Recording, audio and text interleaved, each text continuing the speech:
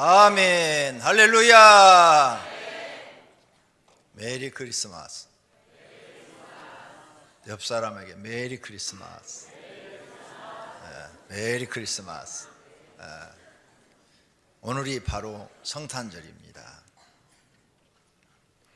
귀가 약간 먹은 할아버지와 어린 손자가 운동 삼아 산책을 산으로 갔습니다. 즐거운 마음으로 산으로 올라가는데 한참을 가다가 보니까 저쪽 골짜기에서 불이 났어요. 그래서 손자가 말했습니다. 할아버지, 산에 불이 났어요. 그러자 할아버지가 잘 안 들리니까 뭐라고? 손자가 크게 말했어요. 산타 할아버지! 그래서 산타 할아버지가 생겼습니다. 산타 할아버지 유래를 아셨습니까? 벌써 한 해가 다 지나갔습니다. 오늘이 금년 마지막 주일이며 성탄절입니다. 즐거운 크리스마스가 되기를 원합니다. 행복한 성탄절이 되기를 바랍니다. 오늘은 메시아 탄생의 의미를 생각하며 은혜를 받고자 합니다.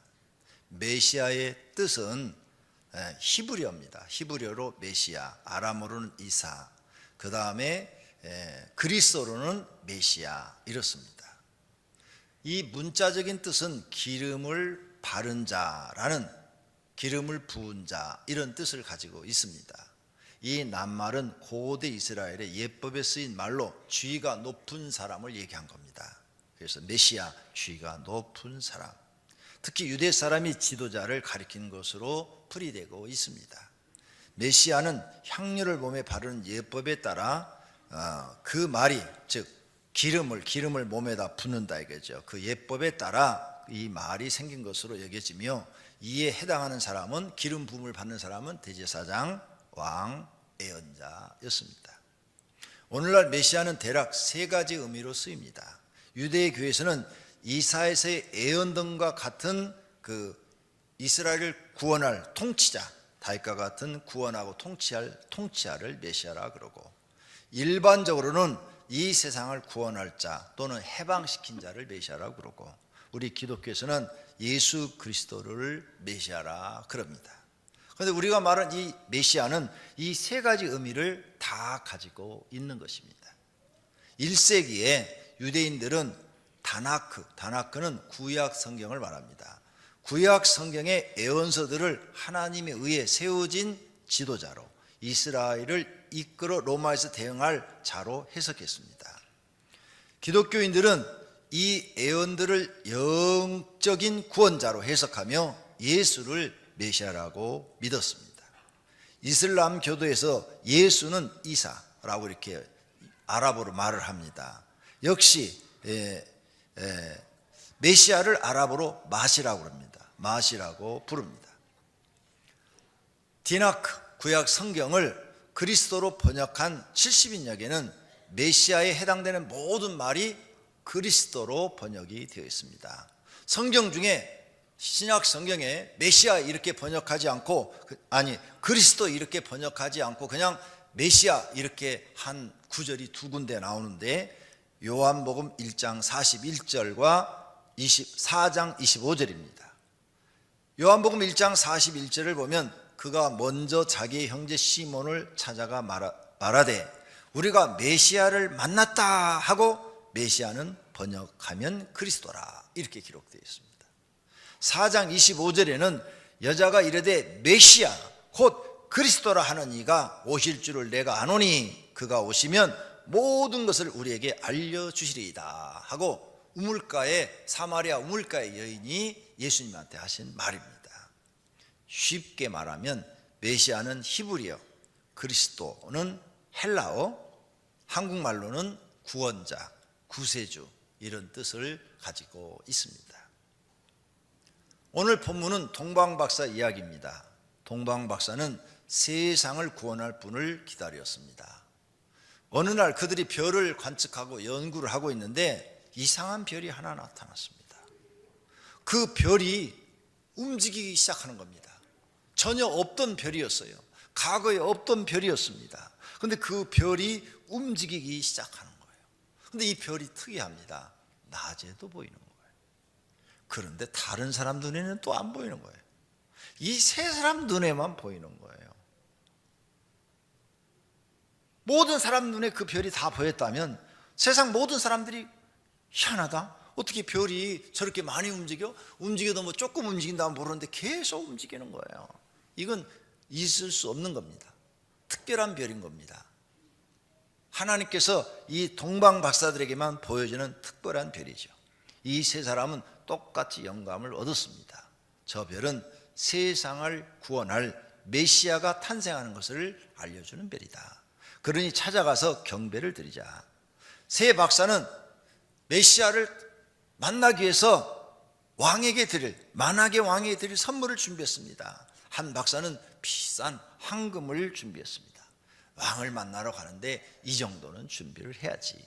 그러자 다른 박사는 자네가 황금을 준비했어? 나는 뭘 준비하지? 이렇게 생각하다가 비싼 유황을 준비하자. 그래서 유황을 준비했습니다. 자네가 유황, 난 뭘 그럼 가지고 가야 돼? 메시아가 오시는데 그분한테 내가 경배를 드려야 되는데 그러다 생각하다가 몰약을 준비했습니다. 하늘에 별이 낮과 밤을 가리지 않고 떠 있습니다. 이 낮과 밤을 가리지 않고 떠 있다는 이야기는 저만 말하는 겁니다. 다른 목사님들은 이런 설교를 한 번도 한 적이 없습니다. 주석에도 안 나오는 내용입니다. 왜 목사님만 그렇게 볼까요? 더 들어보시면 압니다. 밤에만 별이 떠 있다면 밤에만 움직여야 되죠. 그러면 동방 박사들은 낮에는 별이 안 보이니까 누워서 자야 돼요. 밤중에 해야 되는데 동쪽에서 베들레헴까지 한 달이 걸렸는지 두 달이 걸렸는지 세 달이 걸렸는지 모릅니다. 옛날에는 비행기도 없고 자동차도 없습니다. 낙타 타고 갔어요. 낙타 느립니다. 하루 갈 수 있는 거리가 있어요. 그리고 밤에는 집들이 많지 않기 때문에 산적이 많습니다. 옛날에는 도둑놈들이 많아요. 어딜 밤에 다녀요? 무서워서 못 다니죠. 지금 우리나라 남쪽의 인구가 5,500만이죠. 조선시대 이성계가 그 개혁을 할 때 400만 밖에 안 됐다고 기록이 나오더라고요. 그러니까 집이 없는 거예요. 10km를 가도 집이 한 채도 안 나옵니다. 산을 넘어가면 얼마나 무섭겠습니까? 요즘은 집이 많으니까 밤에 다녀도 안 무서워요. 또 밝게 불을 켜는 게 있어요. 그래 안 무섭지만 옛날에는 산에서 호랑이 나오고 여우 나오고 늑대 나오는데 얼마나 무섭겠습니까? 잡혀 먹을 수도 있는 거죠. 이런 길을 가야 되는데 만약 밤에만 이동하고 낮에 잠을 잤다고 한번 생각해 보십시오. 피곤해서 어떻게 그 이동을 먼 거리를 합니까? 나는 갑자기 이런 생각이 떠올랐어요. 하나님이 이 세 사람에게만 보여준 특별한 별이다. 이렇게 저는 느껴졌습니다. 하나님은 전능하십니다. 못하실 게 없지요. 낮에도 별을 보게 할 수도 있죠. 얼마든지 하나님은 능히 하실 수 있습니다. 이 별이 너무 특별하니까 동방 박사가 쫓아간 겁니다. 우리는 살아계신 하나님을 믿어야 할 줄로 믿습니다. 저는 이런 경험을 했기 때문에 이 성경이 믿어집니다. 여러분은 안 믿을지도 몰라요. 그래서 저는 믿어지는 게 이 오병이어 교회를 하나님이 세우시는데 기도를 엄청 시키셨습니다. 내가 매일 기쁘게 간증한 것 그거 얼마 안 나간 겁니다. 10분의 1밖에 안 나간 거예요. 간증. 그 정도 기도가 아니라 그보다 더 엄청나게 하나님이 기도를 시키셨습니다. 그래서 교회 자리를 보게 해달라고 하나님 앞에 기도를 했어요. 하나님 개척하라. 한 영혼이 죽어가니까 교회를 세우라 그랬는데 어디다 교회를 세워야 합니까? 어디다 교회를 세워야 될지를 모르겠습니다.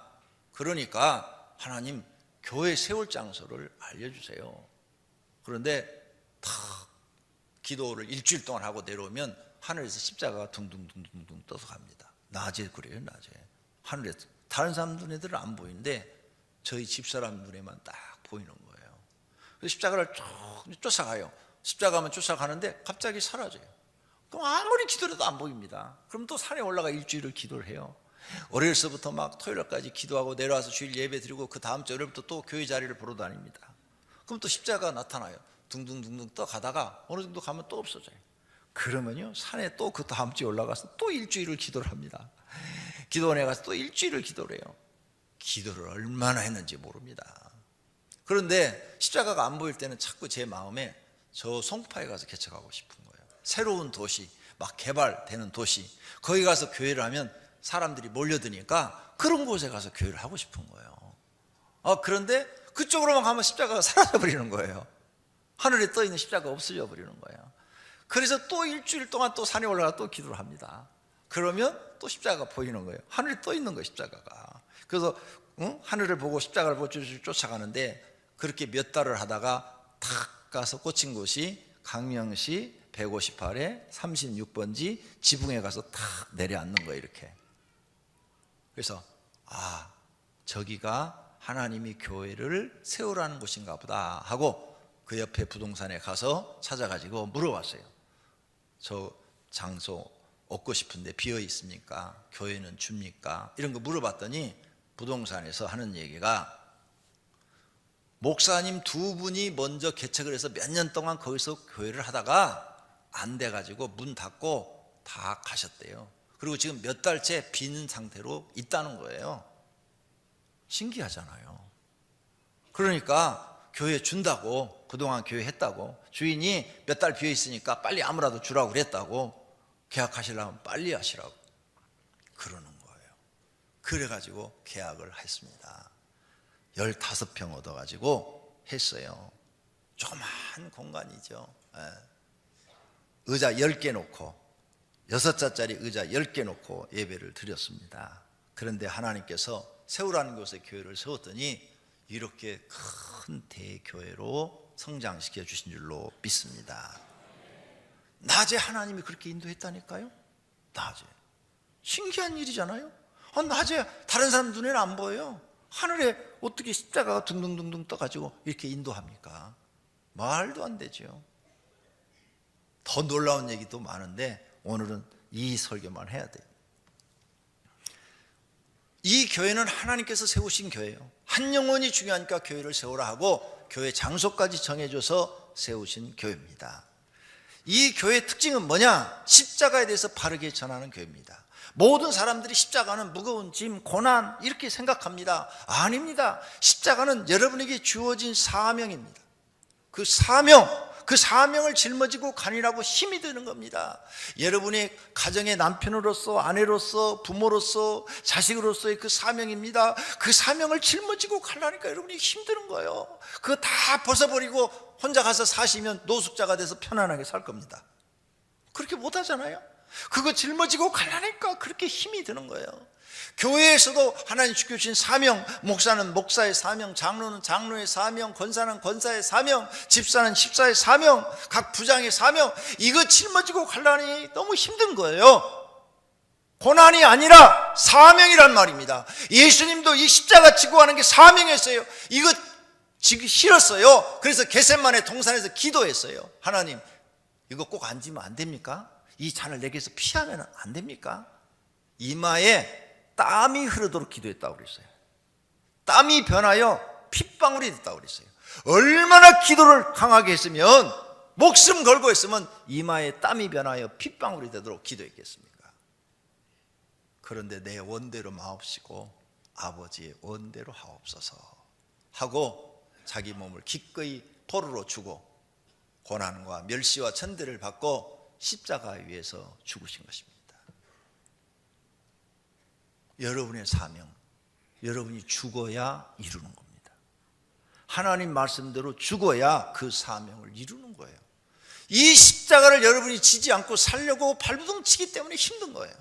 짊어지겠다, 내게 준 이 사명 나는 죽을 때까지 짊어지고 가겠다 하고 결심해 버리면 오히려 쉬운 거예요. 안 하려고 하니까 그게 힘이 드는 거예요. 도망가려고 하니까 힘이 드는 거예요. 하나님 마음대로 하십시오. 목숨 바쳐서 사명 감당하겠습니다. 그러면 쉬워지는 거예요. 반대로 하려니까 어려운 거죠. 하려고 하면 쉬워지는 거예요. 이 교회는 이렇게 십자가를 바르게 전파하는 교회단 말이에요. 예수님이 가르쳐준 기도를 통해서 사람 중심 기도, 사람을 위한 기도가 아니라 하나님 중심 기도로 바꾸게 하는 교회.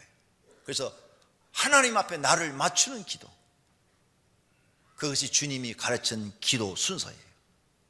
예수님 전도포를 통해서 60만 교회 나오게 하는 것이 아니라 영혼을 깨워서 살아나게 구원시키는 교회.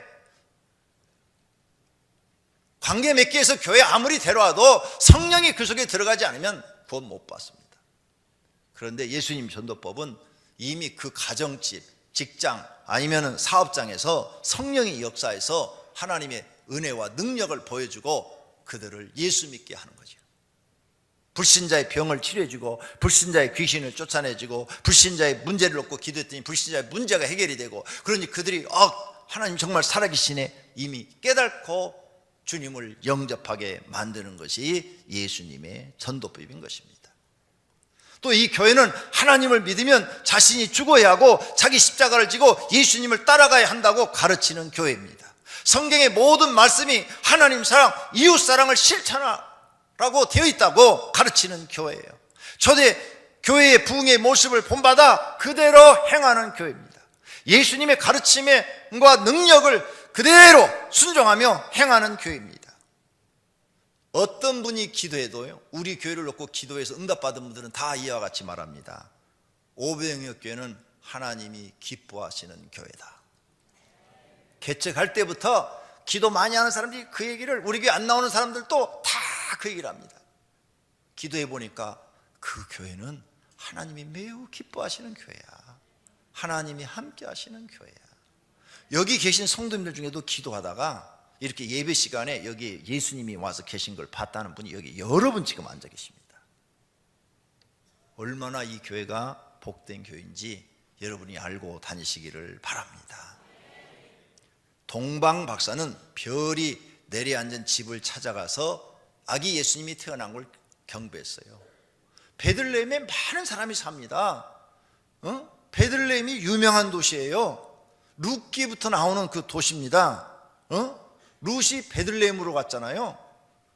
오래된 도시예요. 집이 많아요. 근데 별이 하늘에 떠 있으면 어느 집인지를 어떻게 알아요? 모르죠.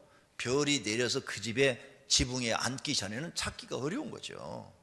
그런데 하나님께서 인도하시니까 탁 거기다 하니까 가서 문 열어보니까 마국간에서 예수님이 태어났어요. 그래서 경배를 드렸어요. 그리고 헤롯 왕한테 가기로 했는데 천사가 나타나서 헤롯 만나지 말고 그냥 돌아가라. 그래서 동방박사들이 헤롯 만나지 않고 그냥 돌아갔습니다.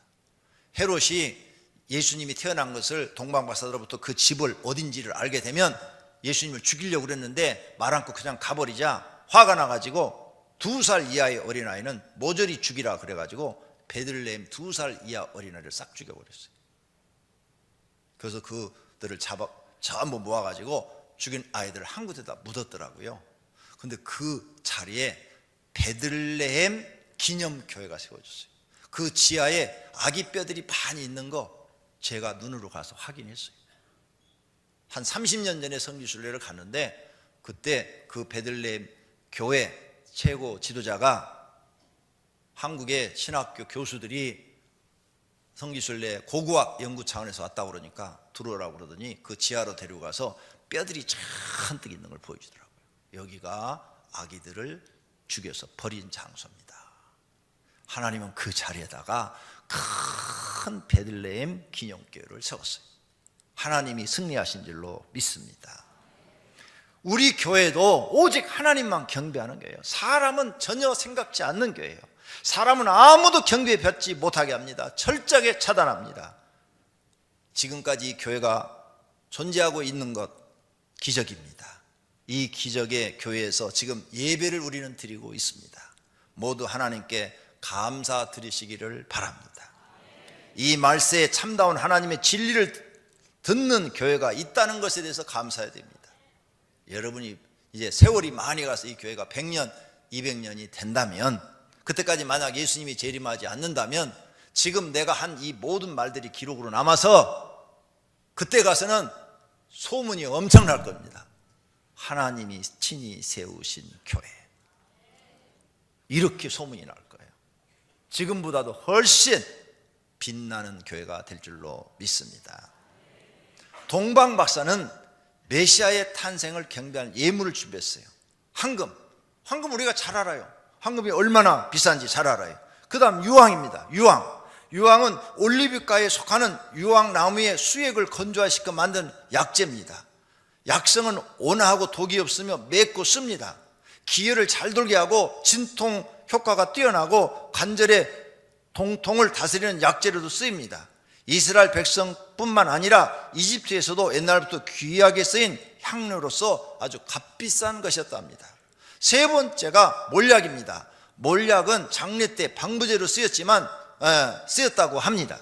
다 귀하고 비싼 것들이에요. 오늘 성도님들은 부모님들이 자신에게 주신 은혜나 주변의 지인들로부터 많은 도움을 받고 은혜를 받았어요. 그러면 생일날 어떻게 합니까?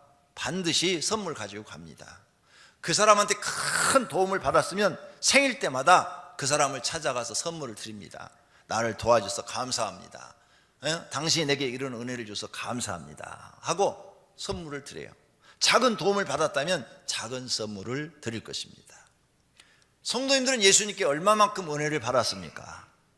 여러분의 선물을 보면 그 사람이 받은 은혜를 알 수가 있습니다. 동방 박사의 선물을 보니까 하나님께 크게 은혜를 받고 그들은 감동을 받아서 가장 귀한 황금과 유황과 몰약을 드렸던 것입니다. 그렇다면 예수님의 탄생은 나와 어떤 관계가 있는가? 천사가 말을 했습니다. 하나님께 영광이요 땅에는 기뻐하는 사람들에게 평화라고 누가복음 2장 13절과 14절에 말씀했습니다. 하나님께 영광이 된다는 것입니다. 하나님께 영광. 왜 하나님께 영광이 되느냐? 사람을 구원한 큰 일을 행하셨으므로 하나님께 영광이 되는 거죠. 메시아가 오셔서 하나님의 큰 뜻을 이루어 드림으로 하나님께 영광이 되는 거예요. 사람들이 하나님의 큰 계획을 보고 인간을 구원할 그 큰 계획을 보고 하나님께 감사와 영광을 돌리니 영광이 되는 거고, 메시아를 믿는 사람들은 그 하나님의 은혜에 젖어서 날마다 하나님을 찬송하고 하나님께 감사하니까 하나님께 영광의 삶을 돌려드리는 것입니다. 그러므로 하늘엔 영광이 되는 것입니다. 또 하나는 예수님을 믿는 사람에겐 평화를 주러 오셨다고 천사가 말을 했어요. 죄로 인해서 막 고통받고 이 죄 문제를 어떻게 해결할지 모르는데 여기 죄 문제를 해결해서 우리에게 평화를 주러 오신 거예요. 영벌받아, 우리는 영벌 받아가지고 도저히 살아날 길이 없는데 그 영벌에서 영생으로 옮겨주시니 우리에게 평화를 주러 오신 거예요. 저주받았어. 우리는 저주받아서 되는 일이 없어요. 그런데 예수 그리스도를 믿으면 이 저주가 풀리는 거예요. 그래서 평화를 얻는 거죠. 마음의 평화를 주려고 오셨고, 우리 가정에 평화를 주려고 오셨고, 세상에 평화를 주려고 그랬고, 고난 중에도 평화를 주려고 오셨고, 질병 중에도 평화를 주시려고 오셨고, 어려움 중에도 평화를 주려고 오셨습니다. 예수님을 믿고 이러한 평화를 느끼는 분들은 예수님의 가르침을 잘 받아들이고 말씀대로 사는 분들입니다. 그래서 평화가 생긴 것입니다. 말씀대로 잘 사니까 그 말씀이 자기 안에 들어와서 통치하니까 마음의 평화가 이루어졌다 그 말입니다. 예수님이 자기 속에 계시다 그 말이에요. 말씀이 살아서 내 안에 계시니 예수님이 내 안에 계시단 말이에요. 그래서 평화로운 삶을 사는 것입니다. 그런데 예수님을 믿는데도 왜 평안이 없습니까? 왜 여러분 가정에 평화가 없고 여러분 마음속에 평화가 없습니까? 답은 예수님의 가르침대로 살지 않기 때문입니다. 예수님이 자아를 죽이라 했는데 안 죽입니다. 욕심을 버리라 했는데 안 버립니다. 십자가 지고 따르라 했는데 십자가 던져버리고 따르지도 않습니다. 먹을 것 입을 것 염려하지 말고 그 나라와 그 의를 구하라 했는데 날마다 먹을 것 입을 것 걱정하고 그 나라와 그 의는 생각하지도 않습니다. 마음에 근심하지 말라, 하나님을 믿으니 또 나를 믿으라 했는데 하나님 안 믿습니다. 수고하고 무거운 짐진 자들아 다 내게라 오라 했는데 아무리 오라고 해도 안 옵니다. 진리를 알지니 진리가 너희를 자유케 하리라 했는데도 진리를 배우려고도 안 하고 알면서도 행하려고도 안 합니다. 내게 온유와 겸손을 배우라 했는데 배우지 않습니다. 무슨 무익한 말을 하든 심판을 받는다고 말씀했는데 생각 없이 말을 막 해댑니다. 이런 사람들 마음속엔 절대 평화를 누리지 못합니다. 섬기라 했는데 섬기지 않고, 낮아지라 그러는데 낮아지지 않고, 종이 되라고 그랬는데 상전이 되려고 그러고, 이런 사람은 교회를 아무리 다녀도 예수님의 가르침이 그 속에 들어가지 않기 때문에 진정한 마음의 평화를 얻을 수 없습니다. 그래서 날마다 마음이 답답하고 괴롭고 근심이 많고 걱정이 많고 좌절이 생기고 고통 속에 사는 거죠. 예수님의 말씀을 정면으로 거역하는 사람들 마음속에는 평화가 없습니다. 예수님이 이렇게 탄생하셨어도 예수님의 말씀이 우리 심령 안에 거해서 살아서 역사하셔야, 그 말씀대로 살아야 진정한 평화를 누리는 것입니다. 예수님의 말씀을 듣고 무조건 믿고 따르는 제자들처럼 어떤 말씀이든지 믿고 따르는 사람이 평화를 누리게 되는 것입니다. 마가복음 6장 8절에 명하시되, 예수님이 명하시되 여행을 위하여 지팡이 외에는 양식이나 배낭이나 전대에 돈이나 아무것도 가지지 말며 신만 신고 두부로도 입지 말라고 그랬어요. 3년이 지난 후에 예수님이 제자들에게 다시 묻습니다. 누가복음 22장 35절에 그들에게 이르시되, 제자들에게 이르시되 내가 너희를 전대와 배낭과 신발도 없이 보내었을 때 부족한 것이 있더냐? 이르되 없었나이다. 평화로웠다 그 말이에요. 3년 동안 아무것도 없이 예수님 하란 대로만 했더니 아주 평화로웠다는 거예요. 예수님 말씀을 듣는 사람만이 평화를 느낄 수 있는 것입니다. 천사가 말을 했습니다. 메시아의 탄생은 지극히 높은 곳에서는 하나님께 영광이요 땅에서는 하나님이 기뻐하신 사람들 중에 평화로다. 금년 성탄절에도 메시아의 탄생의 의미를 깨닫고 자기 마음속에 예수님을 모셔드린 사람들은 예수님의 가르침을 받고 그 말씀대로 사는 사람들입니다. 그 사람들 마음속엔 평화가 있을 줄로 믿습니다. 모두가 그렇게 되시기를 바랍니다. 모두가 평화롭기를 축원합니다. 찬송 부르겠습니다.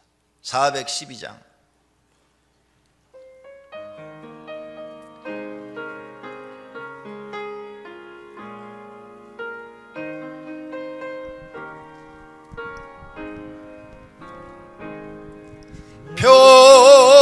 평화 평화로다 하늘 위에서 내려오네.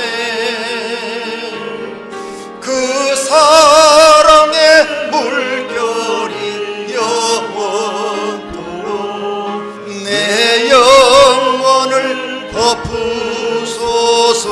평화 평화로다.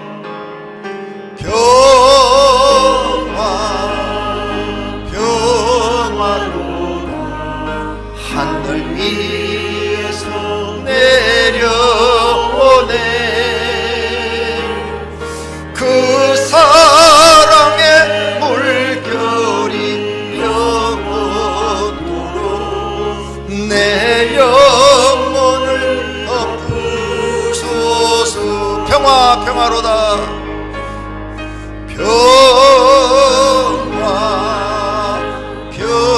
평화로다 하늘 위에서 내려오네. 그 사랑의 물결이 영원토록 내 영혼을 덮으소서. 평화로다.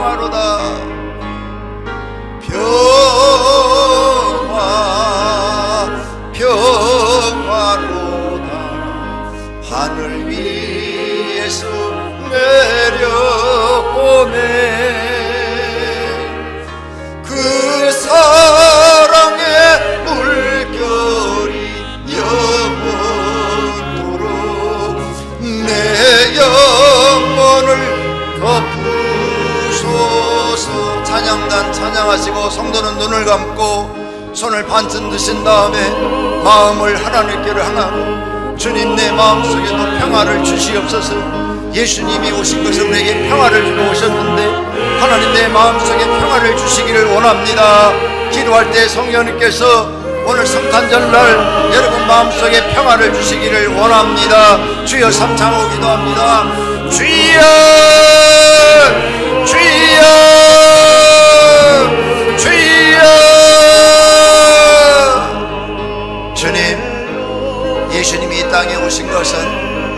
기뻐하는 사람들에게 평화를 주려고 오셨다고 했습니다. 하나님, 예수님을 마음에 영접한 사람, 예수님의 말씀을 듣고 그 가르침대로 행하는 마음속에는 평화가 있습니다. 자신의 모든 인생의 문제를 예수님께 맡겨버리고 예수님이 인도하시는 대로 따라가기 때문입니다. 하나님, 오늘 이 말씀을 들은 성도들 마음속에 예수님이 마음에 들어가셔서 평화를 누리게 하옵소서.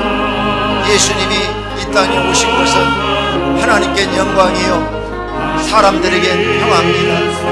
그 평화를 우리가 누리고 살아야 되는데 그동안 평화를 누리지 못하고 살았던 것은 예수님의 가르침을 하나도 행하지 않기 때문입니다. 예수님의 가르침을 무시하고 알면서도 거역하고 불순종하고 그 말씀을 하나도 듣지 않았으니 이것은 하나님 앞에 불법을 행한 사람들이요, 그리고 도무지 내가 너희를 알지 못하겠다, 너희는 내 말을 하나도 지키는 것이 없도다, 내 말을 하나도 믿어주는 것이 없도다, 너희 내 말들을 믿고 따르라 했는데 하나도 따라주지도 않는구나, 너희 생각대로 사는구나, 너희 마음대로 행동하는구나, 너희 마음대로 신앙생활 하는구나, 교회 문턱만 받고 왔다 갔다 하는구나, 도대체 네가 내 말을 지킨 것이 무엇이느냐, 내 말대로 따라한 것이 무엇이느냐, 아무것도 없지 않느냐, 불법을 행한 자야 내게서 떠나라, 이렇게 말씀하시면 주님, 저희는 할 말이 없습니다. 주님, 이 시간에 회개합니다. 하나님, 용서해 주소서. 용서해 주시고 정말 예수님 우리에게 평화를 주고 오셨는데 이제 예수님의 말씀을 마음에 새기고 예수님 말씀 하나하나를 지키게 하옵소서. 순종하게 하옵소서. 예수님의 말씀대로 살 때 우리 마음속엔 진정한 평화가 이르고 이 평화는 세상이 주는 것과 같지 않는 하나님이 주시는 평화가 우리 마음속에 임하는 것을 믿습니다. 오늘 이 말씀을 들은 성도들 마음속에 오늘 예수님이 새로 태어나기를 원합니다. 그 마음속에 임재하시기를 원합니다. 예수 그리스도께서 그 마음속에 들어가서 그들의 메시아가 되고 그들의 구원자가 되어 주시기를 바랍니다. 하나님, 진정으로 예수님을 영접하고 예수님을 경배하게 하옵소서. 동방박사들은 메시아인 줄 알고 황금 유황 몰약을 드렸습니다. 하나님, 우리는 하나님께 은혜로 살면서도 하나님, 매년 하나님 앞에 소홀합니다. 얼마나 우리가 마음이 믿음이 없는지, 우리가 얼마나 하나님의 말씀을 믿지 않는지, 하나님 말씀대로 행하는 것이 없습니다. 지키는 것이 없습니다. 그러면서 우리는 어디 가서 그리스도인이라고 말을 합니다. 하나님 용서해 주시옵시고 오늘 예수님을 정말 마음에 모시고 이제는 나를 죽이고 예수님 말씀대로 낮아지고 겸손해지고 섬기고 종이 되어지고 사랑을 실천하고 하나님 말씀을 믿고 사는 저희들이 되게 하옵소서. 성령 하나님, 오늘 저희들 속에 임재하시기를 원합니다. 기도할 분은 성령이 자기 속에 역사하시는 대로 기도하시고 찬송 따라 살 분은 찬송하시면 됩니다.